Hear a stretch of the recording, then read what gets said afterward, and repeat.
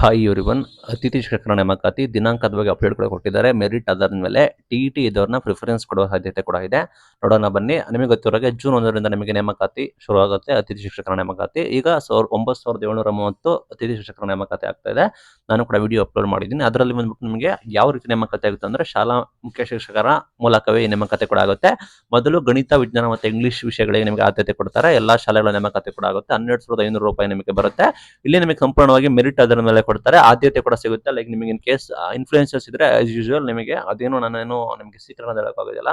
ಎಲ್ಲ ನಿಮಗೆ ಇನ್ಫ್ಲೂಯೆನ್ಸ್ ಇದೆ ಅಲ್ಲಿ ನಿಮಗೆ ವರ್ಕೌಟ್ ಆಗಿ ಆಗುತ್ತೆ. ನಮ್ಮ ಇಂಡಿಯಾದಲ್ಲೇ ಎಲ್ಲಾ ಕಡೆ ಇನ್ಫ್ಲೂಯೆನ್ಸ್ ಮೇಟರ್ ಆಗುತ್ತೆ.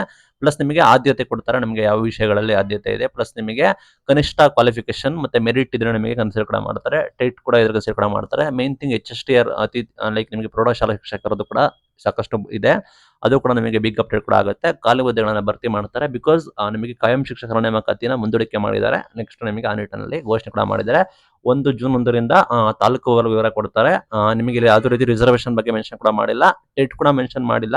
ಬಟ್ ಟಿ ಇದ್ದವ್ರಿಗೂ ಕೂಡ ಹೆಚ್ಚಿನ ಆದ್ಯತೆ ಸಿಗುತ್ತೆ. ಇಲ್ಲೇ ಆಲ್ರೆಡಿ ಮೆನ್ಷನ್ ಕೂಡ ಮಾಡಿದ್ದಾರೆ. ಮೆರಿಟ್ ಅದರದಲ್ಲಿ ನೇಮಕಾತಿ ಕೂಡ ಮಾಡ್ತೀವಿ ಅಂತ. ಬಟ್ ಏನಾದ್ರು ಕೂಡ ಇನ್ಫ್ಲೂಯೆನ್ಸ್ ಇದ್ರೆ ಪ್ಲಸ್ ಆಯಾ ಶಾಲಾ ಪ್ರಾಂಶುಪಾಲರು ಇರ್ತಾರೆ, ಅವರಿಗೆ ವಹಿಸಿರ್ತಾರೆ ಲೈಕ್ ಆಯಾ ಹುದ್ದೆಗಳನ್ನ ಅವರು ನೇಮಕಾತಿ ಕೂಡ ಮಾಡ್ತಾರೆ.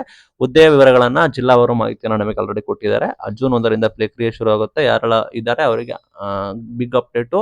ಬಿಕಾಸ್ ಇದನ್ನ ಅವರು ಹೇಳಿದ್ದಾರೆ ಲೈಕ್ ಕಾಯಂ ಶಿಕ್ಷಕರು ಲೈಕ್ ನಿಮಗೆ ಮುಂದಿನ ವರ್ಷ ಮಾರ್ಚ್ 2027 ಇರ್ತಾರೆ ಈ ಶಿಕ್ಷಕರು ಅಂತ. ಬಿಕಾಸ್ ಯಾಕಂದ್ರೆ ಅಲ್ಲಿವರೆಗೂ ಡೌಟ್ ಅನ್ಸುತ್ತೆ ನೇಮಕಾತಿ ಪ್ರಕ್ರಿಯೆ ಮುಗಿಯೋದು. ಮುಂದಿನ ವರ್ಷ ಮಾರ್ಚ್ ವರೆಗೂ ತೆಗೆದುಕೊಳ್ಬಹುದು ಶಿಕ್ಷಕರ ನೇಮಕಾತಿ. ಅಲ್ಲಿಯವರೆಗೂ ನಿಮಗೆ ನೇಮಕಾತಿ ಪ್ರಕ್ರಿಯೆಗಳು ಶುರು ಆಗೋವರೆಗೂ ನಿಮಗೆ ಈ ಅತಿಥಿ ಶಿಕ್ಷಕರ ನೇಮಕಾತಿಯನ್ನ ಇರ್ತಾರೆ. ಲೈಕ್ ಅಲ್ಲಿವರೆಗೂ ನೀವು ಎಲಿಜಿಬಲ್ ಆಗ್ತೀರಾ. ಈಗ ಯಾರು ಅತಿಥಿ ಶಿಕ್ಷಕರಾಗಿ ನೇಮಕ ಆಗೊಳ್ತೀರಾ ಈಗ ಬಿಟ್ಟಿರೋದು ಅವರು ವ್ಯಾಲಿಡಿಟಿ ಟಿಲ್ ಮಾರ್ಚ್ 2027 ಅಂತ ಹೇಳಿ ಅಲ್ಲಿ ಸರ್ಕಾರದವರು ಕ್ಲಾರಿಟಿ ಕೊಟ್ಟಿದ್ದಾರೆ. Thank you.